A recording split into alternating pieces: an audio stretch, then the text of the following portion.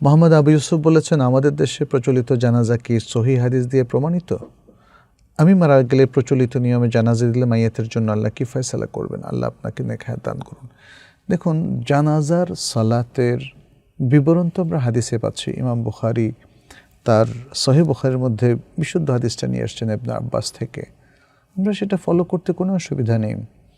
সেটা হচ্ছে আল্লাহু আকবার বলে সূরাতুল ফাতিহা পড়া, এবং এক্ষেত্রে কখনো কখনো ছোট সূরাও মেলানো যেতে পারে। তারপর আল্লাহু আকবার বলে আপনি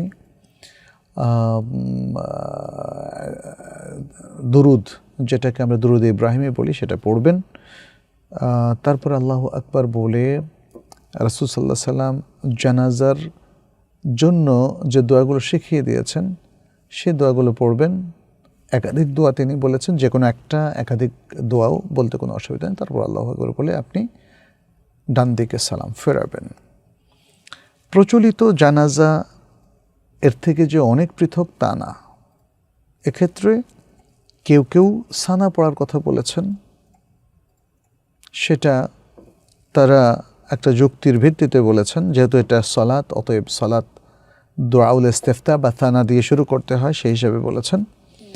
আর দুদিকে সালাম ফেরানোর বিষয়টাও ওলামায়ে কেরাম কেউ কেউ বলেছেন।